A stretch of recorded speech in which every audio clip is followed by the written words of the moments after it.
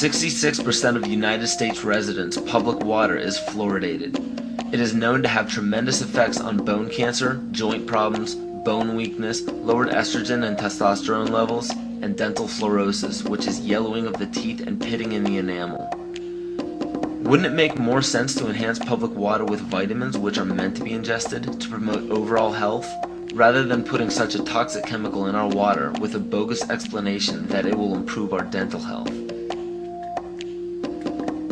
We now know that fluoride causes more dental problems than it solves. Something doesn't seem right about this.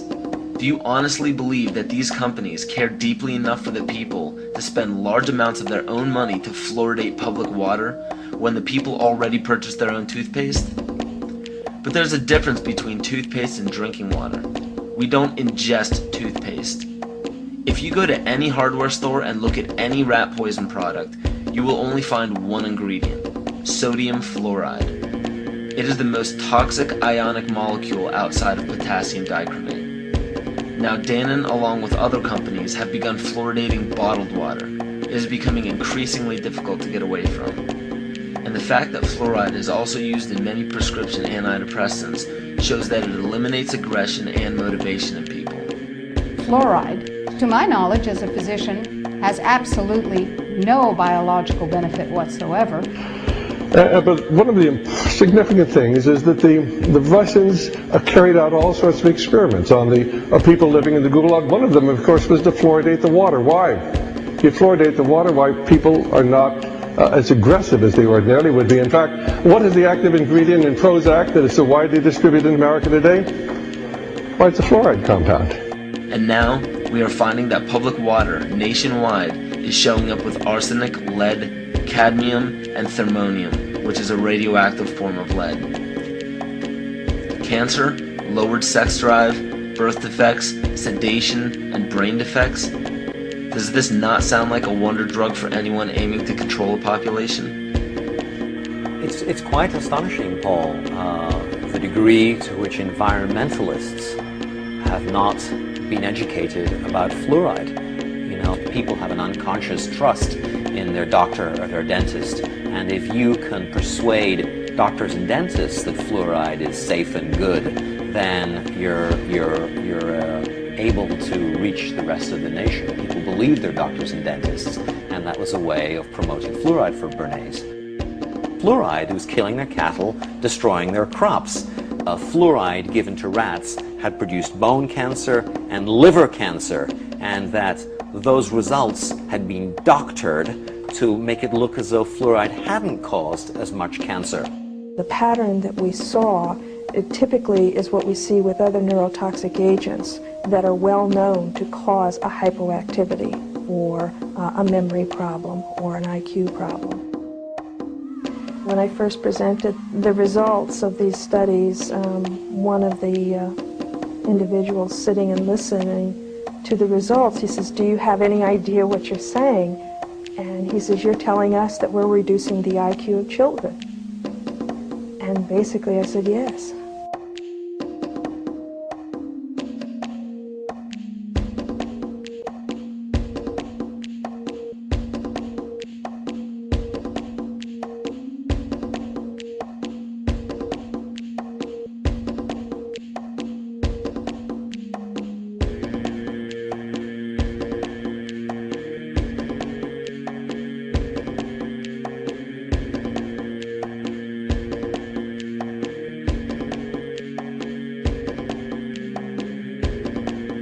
Aspartame, the artificial sweetener found in almost every low-sugar or sugar-free product on the market. First of all, aspartame is made up of three things: methanol, which of course is what produces blindness, aspartic acid, and phenylalanine. These are all poisons. Aspartic acid, of course, produces brain lesions. This was known back in the early 1970s. Methanol produces blindness. Phenylalanine is what you see in the brain, and in high dosage it produces trauma. We're not making this all up. The FDA did publish back in, I think it was in the 80s, they did publish the 92 potential side effects of aspartame. And they do, these side effects quite, are extremely serious. Things like dizziness, problems with balance, abdominal pain and cramps, changes in vision, seizures and convulsions, etc., etc. Yet despite all of these harmful effects, Donald Rumsfeld pushed it out into the stores in over 5,000 products when he was CEO of Cearly, the company that manufactured aspartame.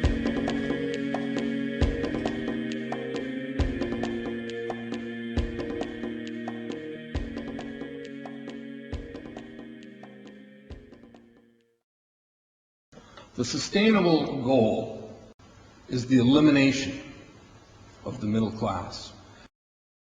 The world cannot support 6 billion people. But you see, the plan behind sustainable development includes population control. It's a program for land use control, education control, and population control. The leaders of the sustainable movement say that the world's human population should not exceed 500 million people. That's a 93% reduction of today's population levels. In 1992, while the Rio conference was going on, George Bush, then president, was there. He was just offshore in Prince Charles's yacht, where he executed the Agenda 21 protocols on behalf of the United States and brought it back to Washington, D.C. Within a year, Bill Clinton, by executive order, established the President's Council for Sustainable Development. In 1996, Bill Clinton set up the President's Council on Sustainable Development. One of the dictates of Agenda 21 is that every country in the world is to set up a national council to oversee the implementation of Agenda 21.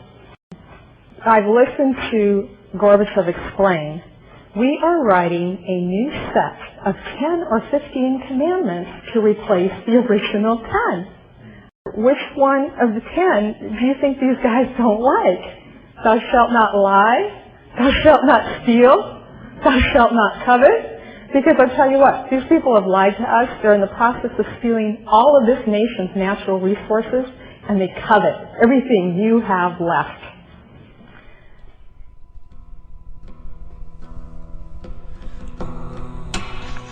To explain the map, the red are areas that are to be off limits to human beings.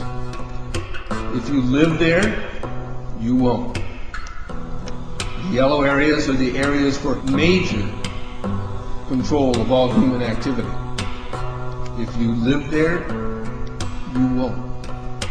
The black dots are the smart growth zones. That's where human beings are to be stacked and packed in small living units along rail tracks. The Smart Growth Program ultimately has jobs assigned and children cared for by the state.